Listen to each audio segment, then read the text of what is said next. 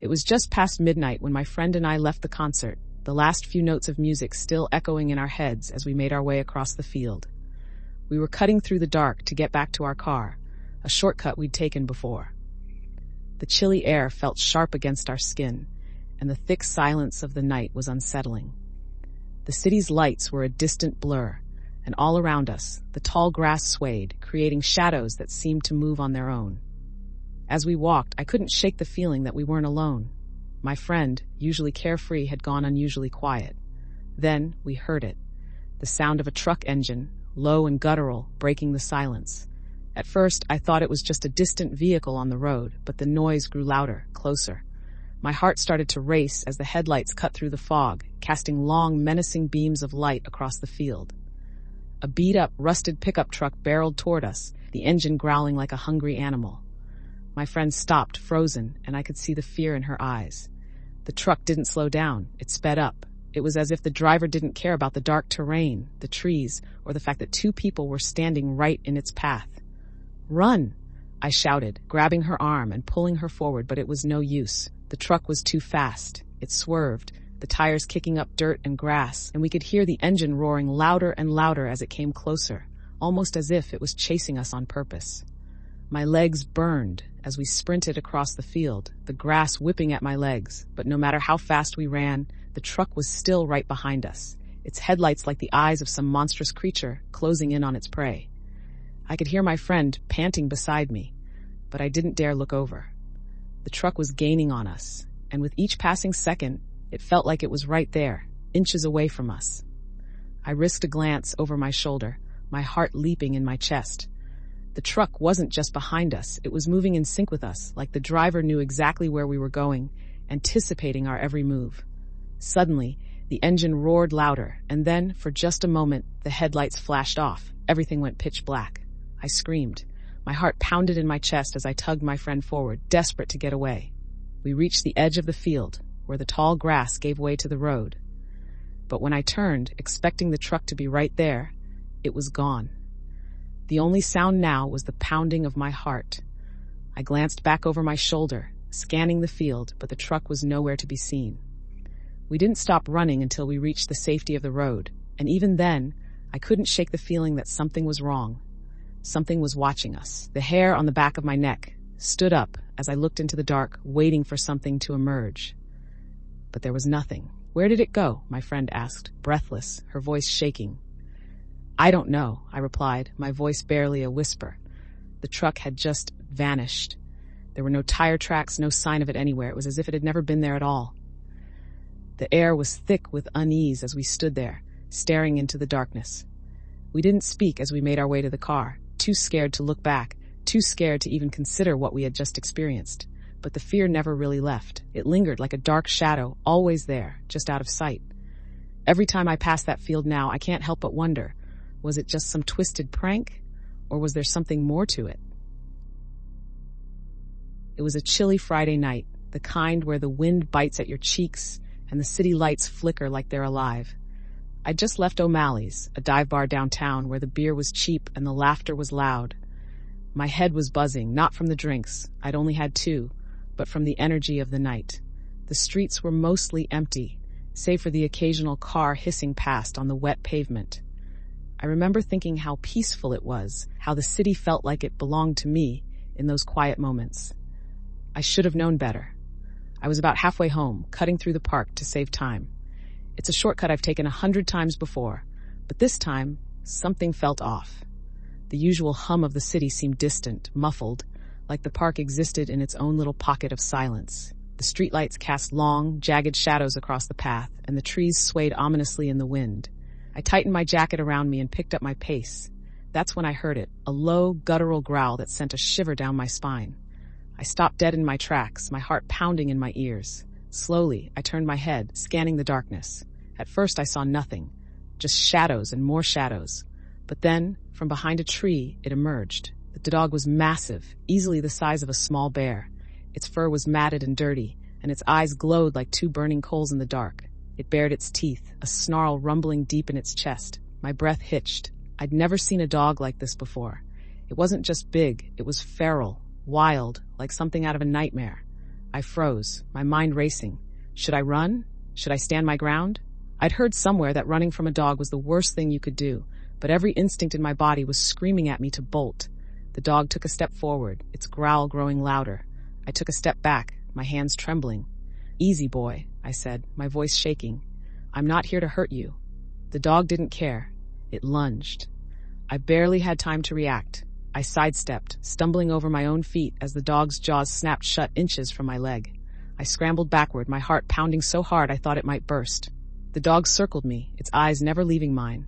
I could see the saliva dripping from its teeth, the muscles rippling under its fur. It was toying with me, waiting for the right moment to strike. I glanced around, desperate for something, anything to defend myself with.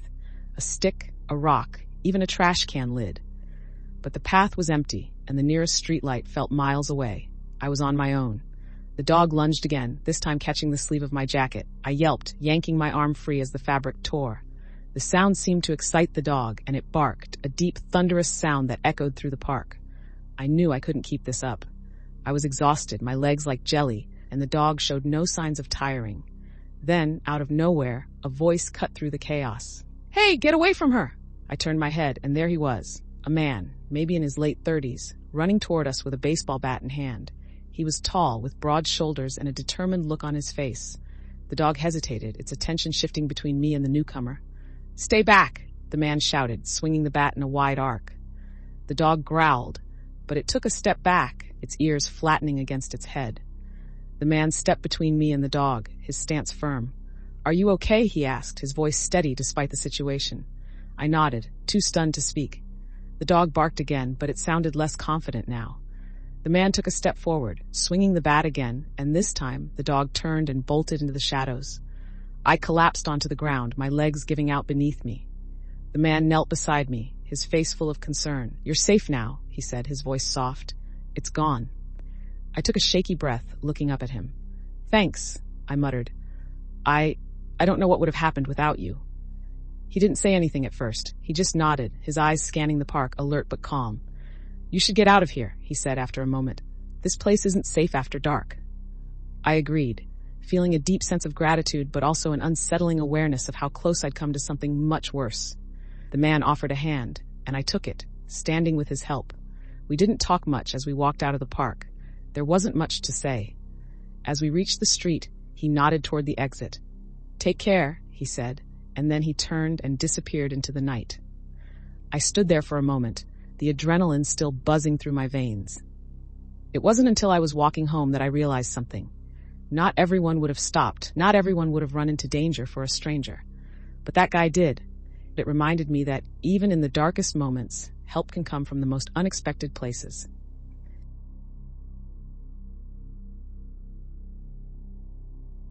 I've always believed that the city, even at night, has a certain magic to it. There's a rhythm to the streets, a constant hum that blends into your thoughts as you walk home. After a long day of work, I find comfort in the predictable trek from the subway station to my apartment. The quiet moments are mine, time to process the day, let go of the stress, and look forward to the stillness of my room. But that night, something felt different. It was subtle at first, almost imperceptible, like a shadow just outside your line of sight. I walked down the familiar path, my mind wandering as I passed the same storefronts, the same flickering streetlights. The crisp evening air felt good against my skin, and I pulled my jacket a little tighter, hoping it would ward off the unease creeping along my spine. It was when I glanced over my shoulder and saw him that the unease solidified into fear. A man was walking behind me. Not too close, but not far enough for comfort either. He didn't seem to be in a hurry, just casually moving at my pace, his footsteps matching mine. I told myself it was nothing, that maybe we were both just heading the same way, but something in the back of my mind told me to be aware. I picked up the pace. I could hear his footsteps quicken too, as though responding to my change in rhythm. My breath caught in my throat. This wasn't normal. I should have taken a different route, I thought. I should have been more careful, but I wasn't. I kept walking, my heart hammering in my chest. Every few seconds I glanced behind me. He was closer now, close enough that I could make out the outline of his face. His eyes were fixed on me. A shiver ran down my spine. Panic started to set in, but I couldn't let myself show it. I kept walking, pretending that I wasn't scared. but I could feel my legs getting heavier with every step. My mind raced. Should I turn around? Should I confront him? But I didn't have a plan, and I knew I couldn't afford to make a mistake. I glanced around, hoping for someone to be nearby, but the streets were eerily quiet. The few people I saw were too far away to notice anything wrong. I reached the intersection, my mind screaming for the light to change, to give me the chance to cross quickly and get away from him. But it felt like the world was frozen in time. The light stayed red, and my breath started to feel shallow, frantic. That's when I heard a voice. "You're not alone," it said, rough, but with an undercurrent of familiarity. I froze, heart pounding. I turned, half expecting to see someone else who had been walking nearby, but it wasn't that.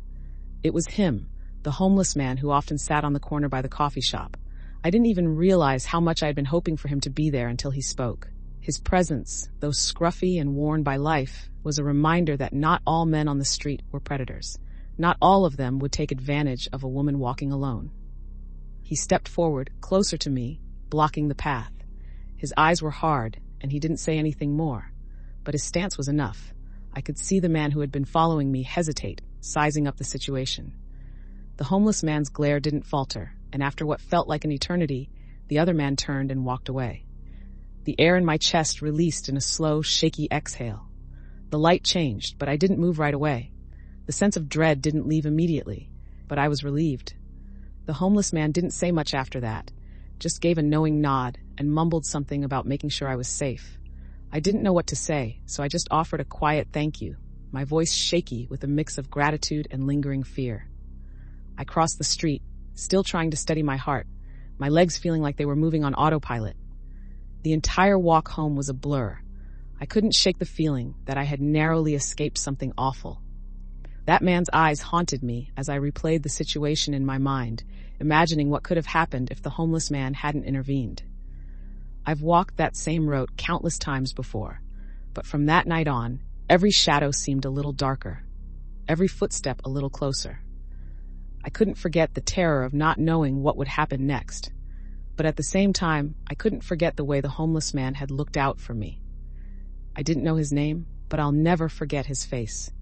I'll always remember how, in that dark moment, he was the one who made all the difference.